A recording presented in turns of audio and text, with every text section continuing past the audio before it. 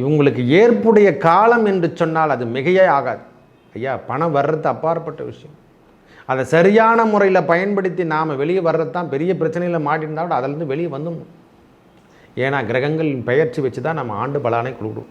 இந்த 4 கிரகங்கள் என்று சொல்லக்கூடிய ஆண்டு கிரகங்கள், முதல்ல சனி பகவான், அந்த ஜென்ம சனி விலகுபதி, அவருக்கு நம்ம முதல்ல நமஸ்காரம் பண்ணி அமுச்சுட்டோம்.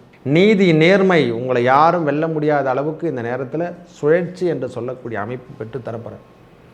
ஒரு சுழற்சி கொடுக்க போகிறாருங்க. ஒரு பிளாக் மேஜிக்னு சொல்கிறோமில்ல, இதெல்லாம் எப்படி நடக்குதுன்னு சொல்லிட்டு நாம் இந்த ஆண்டு கடந்தால்தான் தெரியும். எதுவும் இல்லை அப்படின்ற மாதிரி எண்ணத்துக்கு வந்துடுவோம். எதுவும் பிரச்சனையும் கிடையாது. அதே போல் இது வரைக்கும் 8ஆம் இடத்தில் இருந்து வந்த கேது பகவான் இடம்பெயர்ந்து சிம்மத்துக்கு இடம்பெயர்ந்தார். என்னென்ன பெறணுமோ அனைத்தும் பெற போகிறீங்க. 2வது சுற்றில் தொழில் சார்ந்த விஷயத்தில் நிறைய பிரச்சனையை சந்திச்சிருப்பீங்க. அதிலிருந்தும் விடுபட்டு வெளிவரக்கூடிய காலமாக மற்ற கிரகங்களுடைய அமைப்பை வச்சு தான் நாம் கொடுக்க முடியும் சாமி.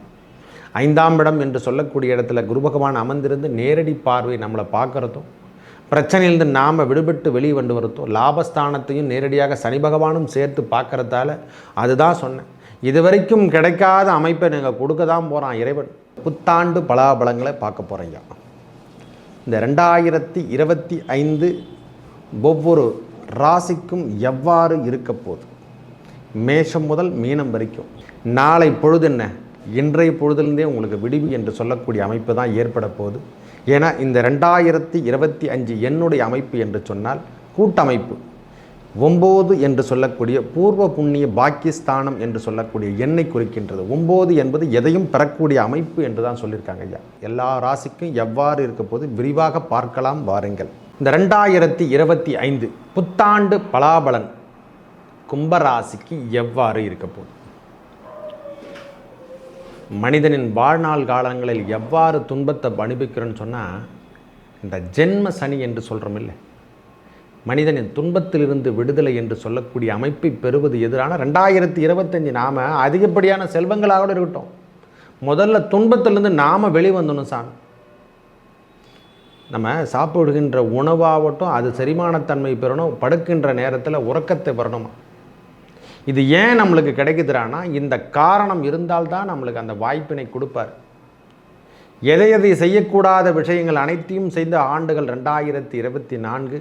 உங்களுக்கு பிறக்கின்ற 2025 உங்களுக்கு யோகம் தருதோ இல்லையோ, நிம்மதி என்று சொல்லக்கூடிய அளவுக்கு நம்மளுக்கு செல்வத்தை கொடுக்க போகிறார். அதில் எந்த மாற்று கருத்தில் நிம்மதியான ஒரு அமைப்பு என்ன கொடுத்து நம்ம பிரச்சனையிலிருந்து நாம் விடுபடக்கூடிய ஆண்டாக தான் இந்த ஆண்டு இருக்க போகுது.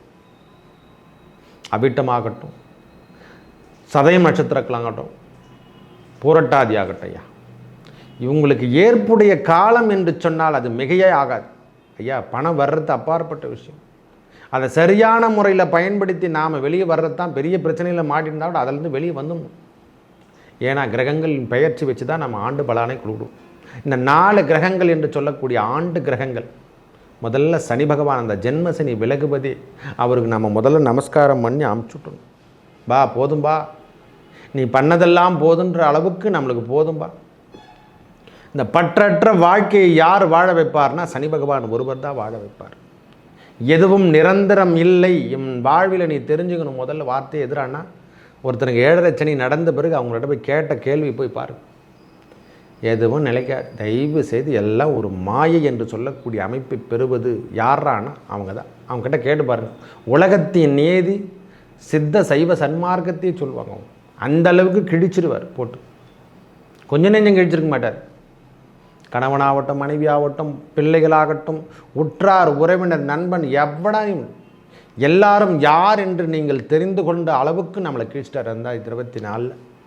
இந்த 2025 முதல்ல கிளம்புறதே அவர் தான். முதல்ல கிளம்புறது மார்ச் மாதமே கிளம்பிடுறார் ஒருத்தர் அங்கிருந்து 2வது கும்பராசியிலிருந்து கிளம்பி மீனத்துக்கு போவதும் 2ஆம் இடத்துக்கு போவதும் இழந்ததை மீட்டெடுக்கக்கூடிய காலம் என்பதை விட நிம்மதி என்று சொல்லக்கூடிய அமைப்பை பெறுவதே அவருடைய தனித்தன்மை.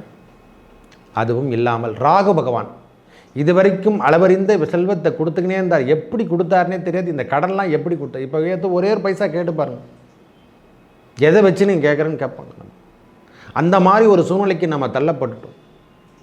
இந்த பக்குவத்தை நாம் இன்னும் 30 ஆண்டுகள் நாம் கவனிக்கணும்னு சொல்லிட்டு தான் ஒரு ரீசார்ஜ் பண்ணிட்டு போயிருக்காரு. நம்மளை வச்சுட்டு போயிருக்காருன்னு சொல்லிட்டு பெருசாக நினச்சிங்க தயவு செய்து. அதிலிருந்து அவர் மேலிருந்து மீனத்திலிருந்து இறங்கி நம்ம ராகு பகவான் இறங்கி வரட்டும்.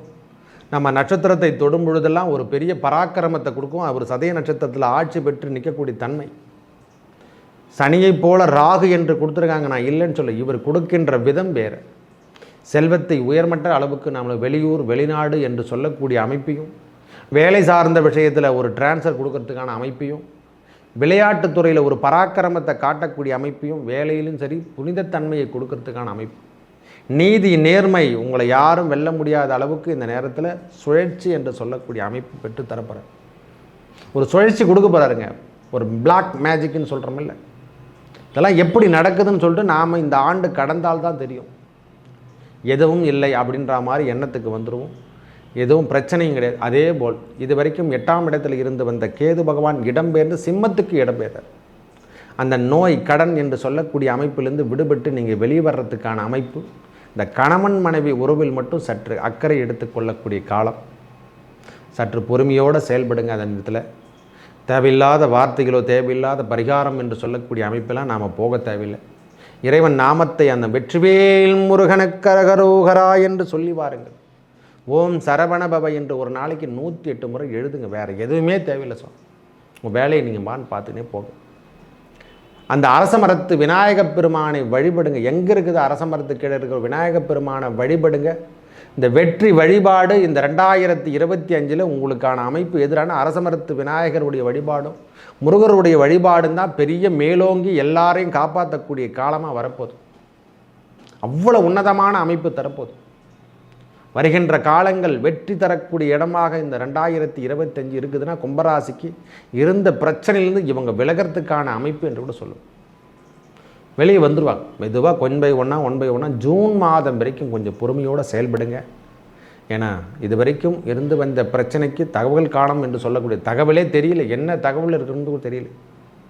எப்பொழுது நம்மளுக்கு பிரச்சனை வரும், எப்போ நம்ம வீட்டில் பாகப்பிரிவினை பண்ணுவாங்க, குடும்பத்தில் அதை கொடுத்தாங்கன்னா நான் கடன் பிரச்சனைலேருந்து நான் வெளியே வந்துடுவேன். உற்றார் உறவினராகட்டும் தந்தையாராகட்டும் எல்லாருமே பகை பெற்று காணப்படுகின்றது. மனிதனின் வாழ்வில் என்னென்ன நடக்கணுமோ அதெல்லாம் நத்தமே கொடுத்துட்டார். சில பேருக்கு திருமண பாக்கியம் கிட்டக்கூடிய காலம் இளமை பருவத்தில் இருக்கிறவங்களுக்கு சொல்கிறேன். முதல் சனி அதாவது முதல் சுற்று என்று சொல்லக்கூடிய அமைப்பில் இருக்கவங்களுக்கு திருமண பாக்கியம் குழந்தை பேர் எல்லாமே கிட்ட போகுது. அதில் எந்த மாற்று கருத்தும் கிடையாது. என்னென்ன பெறணுமோ அனைத்தும் பெற போகிறீங்க. 2வது சுற்றில் தொழில் சார்ந்த விஷயத்தில் நிறைய பிரச்சனையை சந்திச்சிருப்பீங்க. அதிலிருந்தும் விடுபட்டு வெளிவரக்கூடிய காலமாக மற்ற கிரகங்களுடைய அமைப்பை வச்சு தான் நாம் கொடுக்க முடியும். சாமி 5ஆம் இடம் என்று சொல்லக்கூடிய இடத்துல குரு பகவான் அமர்ந்திருந்து நேரடி பார்வை நம்மளை பார்க்குறதும், பிரச்சனையிலிருந்து நாம் விடுபட்டு வெளியே வந்து வரதும், லாபஸ்தானத்தையும் நேரடியாக சனி பகவானும் சேர்த்து பார்க்குறதால அதுதான் சொன்னேன். இது வரைக்கும் கிடைக்காத அமைப்பை நீங்கள் கொடுக்க தான் போகிறான் இறைவன். அதை நாம் பயன்படுத்தக்கூடிய காலமாக இந்த காலம் இருக்க போது. மார்ச் ஏப்ரல் மே இது வரைக்கும் பொறுமையோடு செயல்படுங்க. உங்களுக்கு எல்லாமே கொடுக்க போகிறோம். இந்த தர்ம கர்மாத்தி யோகம் என்று சொல்லக்கூடிய அமைப்பை பெற்று அதிலிருந்து நாம் மூதாதையர் செய்த புண்ணியங்கள் அனைத்தும் நம்மக்கிட்ட வந்து சேரப்போகுது. எல்லாமே கொடுக்க போகிறோம். அதை பயன்படுத்தி பிரச்சனையிலிருந்து வெளிவரக்கூடிய ஆண்டாகும். திருமண பந்தமும் குழந்தை பேரும் அதாவது சந்தான பாக்கியம் என்று சொல்லக்கூடிய பேரும், இடம் விட்டு இடம் மாறுதல் என்று சொல்லக்கூடிய வேலையாகட்டும், வேலை சார்ந்த விஷயங்களாகட்டும், தொழிலில் புதல் போட்ட எல்லாத்தையும் விட்டுட்டு வெளியே போயிடலாம், இங்கே இருக்க வேணான்ற எண்ணமெல்லாம் உருவாயிட்ருக்கும். எல்லாத்தையும் மாற்றுங்க. நீங்களும் மாறுங்க. இறை நினைப்போடு அந்த அறம் சார்ந்த விஷயத்தில் ஈடுபடுங்க. உழவார பணி செய்து வாருங்கள். இல்லாதவருக்கு செல்வத்தை கொடுக்கும் போது, இல்லாதவருக்கு நம்ம கையில் இருக்கும் போது உதவி செய்யும். இதெல்லாம் செஞ்சாவே தானாக மாறிடும். நம்மளுடைய பிரச்சனைந்து நாம் விடுபட்டு வெளியே வந்துடும். மனிதனுக்கு தேவையானது அறம் சார்ந்த விஷயந்தான். எதை செய்தாலும் உன்னதமாக ஒரு 100 ரூபா வேணும் அடிஷனலாக கூட கேட்டு போயிடலாம். துன்பத்தை கொடுக்காமல் இனிமேல் வருகின்ற காலத்தை ஏற்படுத்தி கொள்ளுங்கள். குருவோட பார்வையால் இந்த ஜூன் மாதத்துக்கு அப்புறம் மெல்ல மெல்ல மாறி முன்னேற்றத்தை, அதாவது அடி வாங்காமல் நாம் வெளிவரக்கூடிய அமைப்பு என்று கூட சொல்லலாம். போதும், இதுக்கப்புறம் நம்ம தேவையில்லாத விஷயத்தில் ஈடுபடாமல் கொஞ்ச நாளைக்கு இருப்போம் என்ற எண்ணம் எல்லாம் உருவாகும். தகவலான தகவல் அனைத்தும் இனிமேல் கலைந்து சென்று விடும். தவறான தகவல்லாம் நம்மளை விட்டுட்டு வெளியே போயிடுயா. பயப்பட தேவையில்லை. நல்லதே நடக்க போகுது. நம்ம ஒரே வார்த்தை எடுத்துக்கலாம். ஒரு சின்ன அட்வைஸ், இந்த ஷேர் மார்க்கெட்டு இந்த மாதிரி பிஸ்னஸில் தயவு செய்து ஒரு சின்னதாக நம்ம கொடுக்குறேன். ஏன்னா ஷேர் மார்க்கெட் பிஸ்னஸ் ராகு பகவான் வந்தாவே அதிவேகம் என்று சொல்லக்கூடிய கண்ணுக்கு தெரியாத நோன்கள், இதிலெல்லாம் வந்து ஈடுபடுறதுக்கான ஆசையெல்லாம் தூண்டுவார். பிஸ்னஸ்லாம் பண்ணலாம், அதெல்லாம் பண்ணிடலாம், வெளியிலேருந்து பணம் வந்துட்டு அதை வணிந்து எவனா சொல்லி கிள்ளி ஏமாற்றி நம்மளை உண்டு இல்லைன்னு ஆக்கிடுவோம். இந்த மாதிரி விஷயத்தில் தகவல்கள் மாறாமல் இருக்கட்டும். வங்கி சார்ந்த விஷயத்தில் இருந்து வந்த பிரச்சனைகள் முழுவதும் விலகும். உங்களுக்கு இது வரைக்கும் சப்போர்ட் பண்ணலைன்னா இனிமேல் சப்போர்ட் பண்ணுவாங்க ஐயா, பயப்படவே தேவையில்லை. வங்கி ஆடிட்டிங் ஒர்க்கு இந்த மாதிரி எந்த விஷயமாக இருந்தாலும் கும்பராசிக்காரங்க இனிமேல் எல்லாமும், அதாவது சுற்றறிக்கையில் வெள்ளை அறிக்கை மாதிரி நாம் எடுத்து வைங்க. உங்களுக்கான பிரச்சனையிலேருந்து நீங்கள் விடுபட்டு ஈஸியாக வெளிவருவீங்க.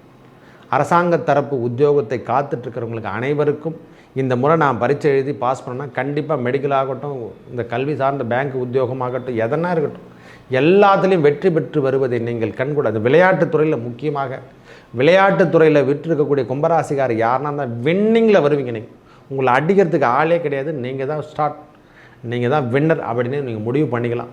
அந்த பிரச்சனை நீங்கள் விடுபடக்கூடிய காலம் நெருங்கி வந்துடுச்சியா. இந்த 2025 புதுமை ஆண்டாகவும் நம்ம சுய ஜாதகத்தையும் நாம் ஆர்பரேட் பண்ணணும். அப்போ தான் தெரியும். கீழே இருக்கக்கூடிய நம்பருக்கு ஆன் பண்ணுங்கள், சப்ஸ்கிரைப் பண்ணுங்கள், கன்சல்ட்டிங்கில் கேளுங்க, ஸ்கிப் பண்ணாமல் பாருங்கய்யா. நல்லதே நடக்கும். நன்றி, வணக்கம்.